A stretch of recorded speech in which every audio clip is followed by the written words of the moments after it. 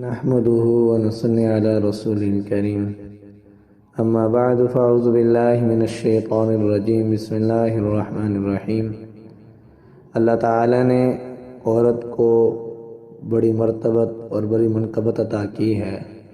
اگر عورت اپنے حدود میں رہ کر زندگی گزارے گی تو یہ سراپا امن ہے۔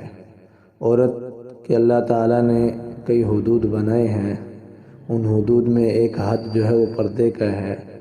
عورت اگر پردے میں رہے گی تو سراپا امن ہے، کیونکہ پردہ عورت کی عزت اور آبرو کا محافظ ہے۔ پردہ دار خاتون کا نسب بھی محفوظ ہوتا ہے، پردے سے شرمگاہ اور نظر کی بھی حفاظت رہتی ہے۔ پردہ نسوانی حسن کا محافظ ہے، پردہ دلوں کی پاکیزگی اور طہارت کا سبب ہے۔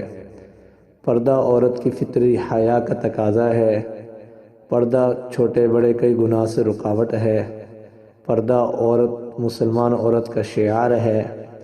باپردہ عورت اللہ کی حفاظت میں ہے، باپردہ عورت کئی افضل ترین اعمال سے ہے۔ باپردہ عورت اپنے رب کے زیادہ قریب ہے۔ پردہ شیطان اور اس کے اعلیٰ کاروں سے بچاؤ کا ذریعہ ہے۔ پردہ تقوی کا لباس، عزت کا تغمہ اور حیا کی دلیل ہے۔ پردہ عورتوں کو فاسقوں کی شرارت سے محفوظ رکھتا ہے۔ پردہ انسان نما بھیڑیوں کی تیز نظروں سے بچاتا ہے۔ پردہ زنا، بد نظری اور ناجائز بات چیتوں سے مانع ہے۔ پردہ ایسا شرعی حکم ہے جس میں دین اور دنیا کا فائدہ ہے۔ پردہ خاندانی اور معاشرتی امن کا ذریعہ ہے۔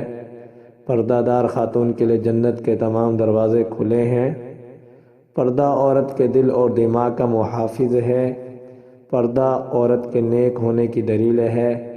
ایسی عورت 70 اولیاء کی عبادت کے برابر اجر کا مستحق ہے۔ اس لیے چاہیے مستورات کو کہ پردے کو لازم پکڑیں، کیونکہ پردہ اللہ کا حکم ہے، اور جو اللہ کا حکم پورا کرتا ہے وہ دنیا اور آخرت میں سرخرو ہوتا ہے۔ اللہ عمل کی توفیق عطا فرمائے۔